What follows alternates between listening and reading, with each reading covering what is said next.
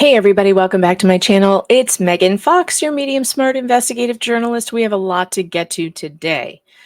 Oh my goodness, so much has happened. All right, today I want to focus on something in the Owens v. Eckert case that can get confusing at times. So confusing that I had to make this map. It's But let's get to it, because what we're going to try and figure out is the October sonogram. Now, the sonograms in this case have been plentiful. They have been plentiful and artsy and craftsy. And so we need to really figure out what it is we're looking at here. And I tried to make this a little more understandable by making this. I don't even know what you call it. At this point, we're like that guy, like the meme, like the guy with the strings on the wall meme. Yeah, that guy. All right, let's start out with the current miscarriage story that Laura Owens' attorney is going with. Okay? Does that sound fair? Let's go with that. All right. The current miscarriage story, as we understand it, is Dr. Medchill's report. Now he's an expert in the case, hired by Owens to tell her story in a believable way to a judge. This is the current story that David Dingus wants to go with, the attorney on the other side. 11/14/2023, Ms. Owens' HCG was negative.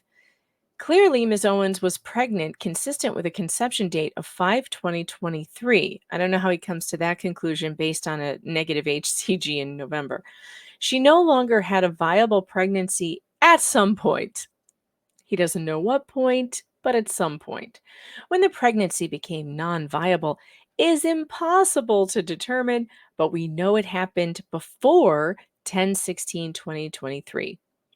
On that date, she had an HCG of only 102 when she would have been 21 weeks from conception. She was informed that this meant she probably had a non-viable pregnancy. All right, that's important. Please keep that in mind, that she was informed on 10/16 she had a non-viable pregnancy. So to recap, he says the pregnancy ended before 10/16, which would have been 21 weeks.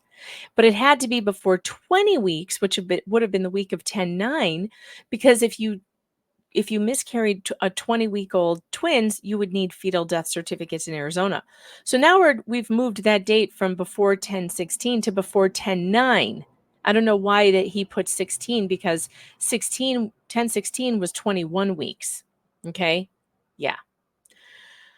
All right. The only sonogram that Laura Owens admits to recently is the doctored one that Planned Parenthood says did not come from them. That would be this one. And she said in her affidavit, in one of the many affidavits, I took a photo of the sonogram screen with my phone, but I did not want Clayton to know where I'd gone for the appointment. To conceal that information, I modified the image to change the facility name from Planned Parenthood to Smile. And I also changed the date from July 2 to July 7th. A copy of the modified sonogram image is shown below. But Planned Parenthood gave a declaration that they had no comprehensive records matching Laura Michelle Owens, that they did a comprehensive record search. They did not find this sonogram, okay? And that was put into the court record. So that's important to know. The only sonogram in the court record for Owens v. Eckert is this one right here that she admits to doctoring. Now let's talk about the October sonogram. This is important. Let's talk about it. David Dingus, as we like to call him here, says Laura was told by Planned Parenthood that she was pregnant with twins. Well, we just saw in the last frame, Planned Parenthood says we don't have anything like that. This was the ultrasound that she later admitted to editing to change the name of the facility. That's the one we just looked at.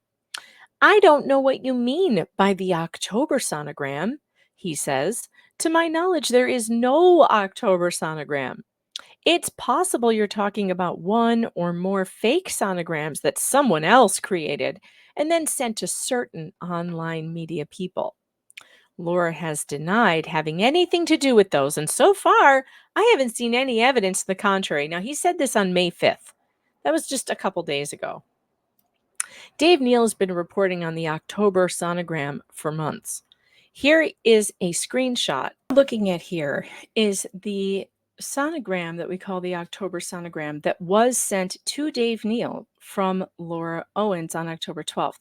Here's a close-up of what it looks like, okay? And then let's go down here. A second. So I said, well, I can't give up my sources here. And she said, the last image, and then she shares with me voluntarily this 21 plus week ultrasound. Again, we're just recapping, and then I'm going to get in a second to the new information here. So just hang tight if you already saw all of this. These are the receipts from October 12th where she says, hey, this is it. You know, she said the last. There you can see the preview right there in his email box. He's got his email box open and has, blocked out her information. I have one that's a little less redacted so you can actually see where it came from. And I'll show you that in just a minute. But here is the actual inbox, and you can see that sonogram right there that she claimed was her son. And she says to Dave, I think he's going to read it. Let's listen to him. Last imaging I had was troubling to me because I thought the boy's profile looked kind of weird attached. So she's claiming this is the boy's profile.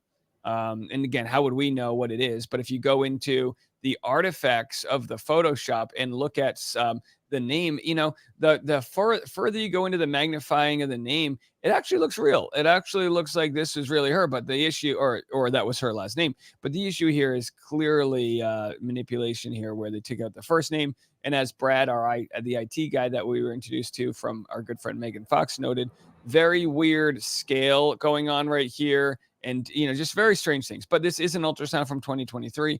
We believe it is real, but also, as Brad showed out in that 3-hour video, we also believe that this crease line is strange. There's a lot of weird things going on with it, right?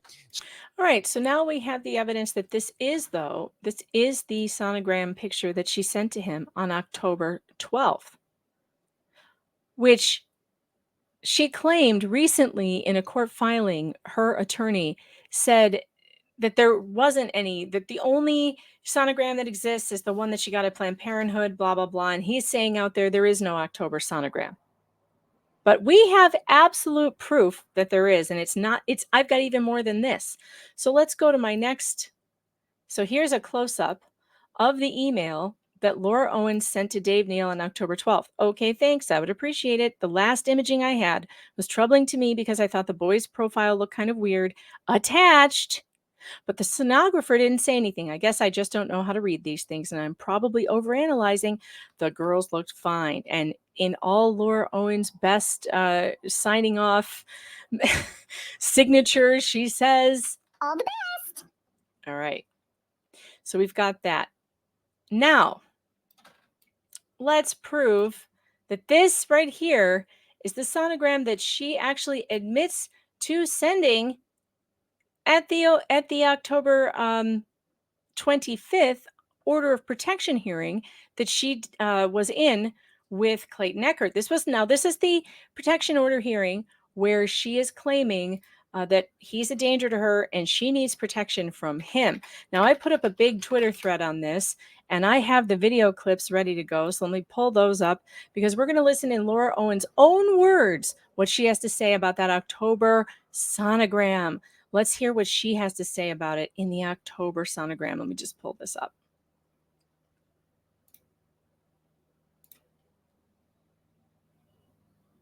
All right, here we go. Yes. Questions? Okay, don't argue with it though. Yes. Ms. Owens, did you send me via email an ultrasound video? Yes. You did? Okay. That was sent by you. Okay. Did you? Wait, that's very important. He said, did you send me an ultrasound video? She said, yes. That is the video that Dave already debunked with a 6-year-old YouTube video on his YouTube page, that it lines up exactly except for the header on top where she's changed her name. That's yet another sonogram, a piece of evidence that Laura Owens has not submitted to the court in the Eckert case. There are 3 pieces or maybe 4 sonograms that are involved in the Eckert case, but only one of them has been submitted to court as evidence. And that would be the faked Planned Parenthood one that Planned Parenthood totally denies ever doing. So let's listen to this next thing that she says. Did you also send me an ultrasound photo via email? Yes, I did. You did? Okay. Yes, I did, she says. Did you send me an ultrasound photo? Yes, I did. Okay, we're going to hear more about that in a minute. Let's finish this out. But the video, I was trying to attach for you. So the video that I received, Yes. you sent that video. Yes.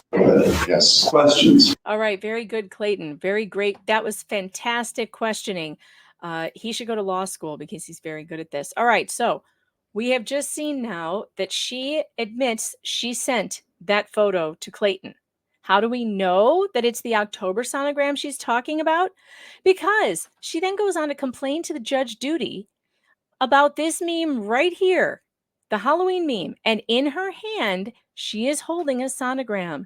Now, which sonogram is this? Well, she says it's the one that she sent Clayton. Now, I've turned it on its side so you can see that it's exactly the same sonogram as this one.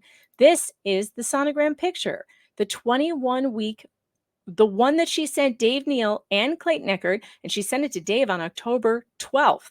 Let's go back over to my little timeline over here so we can see my close-ups that I put right next to each other. Let's back up.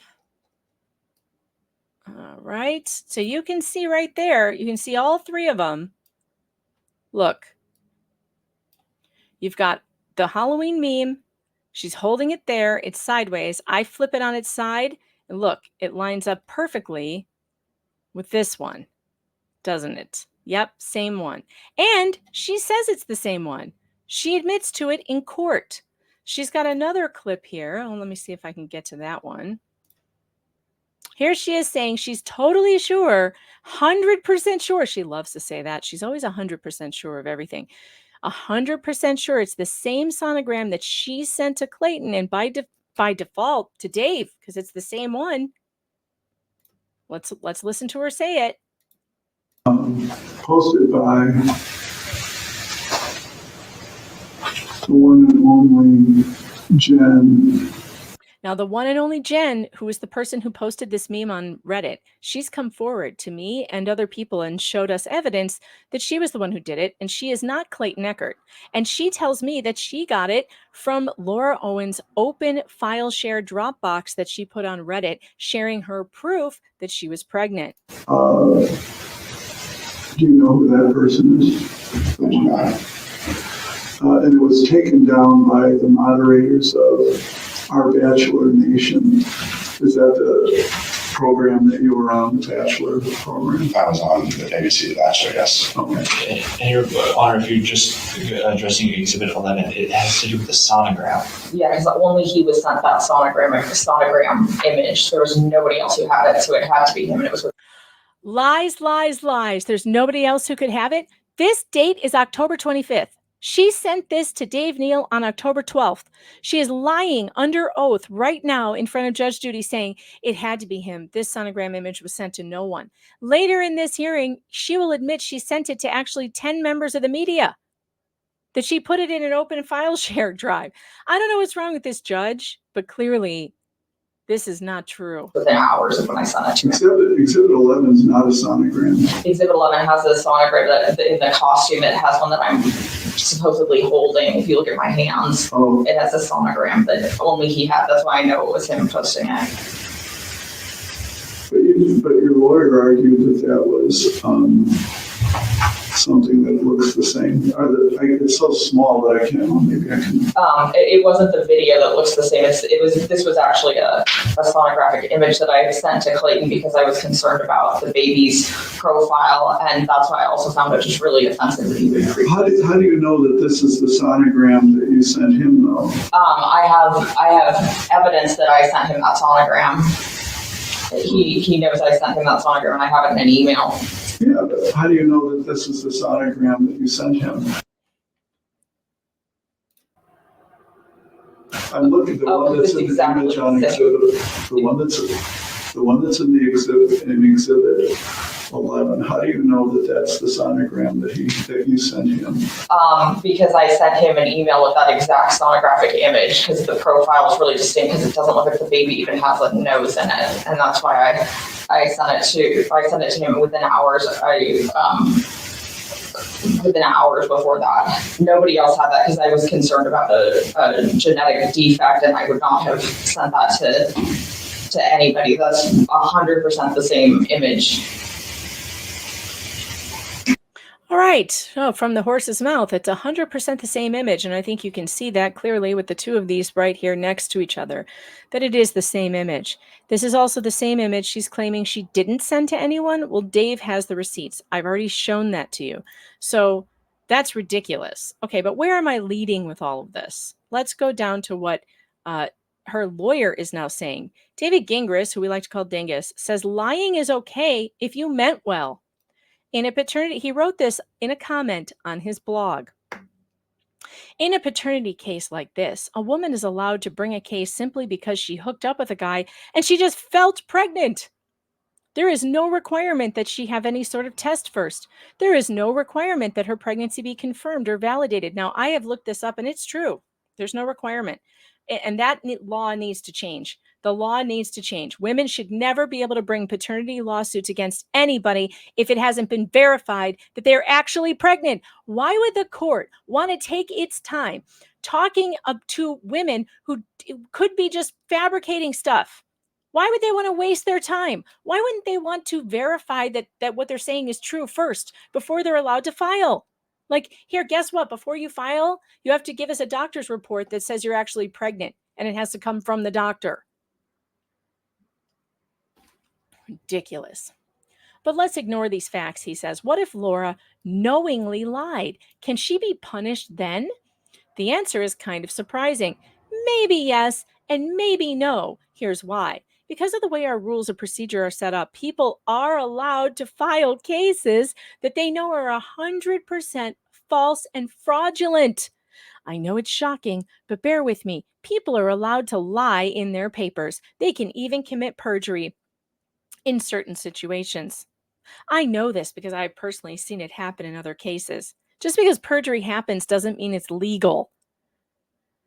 All right, so I don't believe that is true, and I contacted the Arizona bar to find out if they would comment on that and if that statement is actually true. Well, it turns out that the members of the Arizona bar, or at least their media office, is a bit cowardly, because I got back a response from them, from Joe Hengemuller. Let's go over there. Joe Hengemuller, who said he has no comment on it. It says right here, "Hi, Megan, the bar has no comment." Joe, really? Joe, you got no comment on a fellow member of the bar, a licensed attorney, telling people that you can commit fraud in court and lie under oath? I'm shocked by this. Shocked, I tell you. I don't know what to say to that, other than that's insane. And I really want Bad Legal Takes to discuss this, because I don't think there's any court in America that would say, yeah, it's okay to commit perjury sometimes. And yeah, it's okay to file 100% fraudulent documents with the court. And he's got to be getting pretty desperate if this is his new defense, that it's okay to lie in some circumstances. David, what are you doing? And shame on the Arizona bar, by the way, for not commenting and taking this seriously. All right. So getting back to this situation. So this is a section of one of Clayton Eckert's filings where Greg Woodnick describes how the defendant committed fraud. And it relates to all of these sonographic images and things that we're looking at. A, plaintiff testified she sent defendant and a member of the media the sonogram depicted in the image at issue, but only defendant could have posted the image containing the sonogram. That was at the October 25th hearing. Plaintiff testified that the main image, the one of her pregnant in a bra and yoga pants, had already been published online, but that the sonogram was not. In reality, both were published by plaintiff on Reddit in a publicly accessible Dropbox. Plaintiff testified that she sent defendant the ultrasound photo and the ultrasound video, and that she had an ultrasound report to accompany it. Again, no ultrasound record exists, and there was never any ultrasound. So she got the order of protection against Clayton under fraud. She got it fraudulently by lying about what actually happened and who had access to the documents. So here's my little recap. The October sonogram is provably sent by her, admitted under oath by her, and order of protection was granted by Judge Doody because of this photo she swore was hers and she sent to Clayton. But her expert says she miscarried several weeks before October 16th. According to her own testimony under oath, this proves that she knowingly lied. The sonogram is fake. The order of protection was obtained through fraud, and her attorney doesn't know what he's talking about, and none of this was in good faith. You guys, look what she did. Let's go back. So she was told, according to her own expert, she was told that she did not have a viable pregnancy. What did he say? On 10/16, she was informed that this meant she had a non-viable pregnancy on October 16th. So let's just say she thought she was pregnant before then. Then how the hell do you explain that she showed up on October 24th with a huge belly in court, claiming to be pregnant? How do you explain that she continued to show up at hearings? Here she is at the November 2nd hearing saying she's 100% pregnant with twins at 24 weeks. How do you explain that? Here she is on October 25th claiming to be pregnant.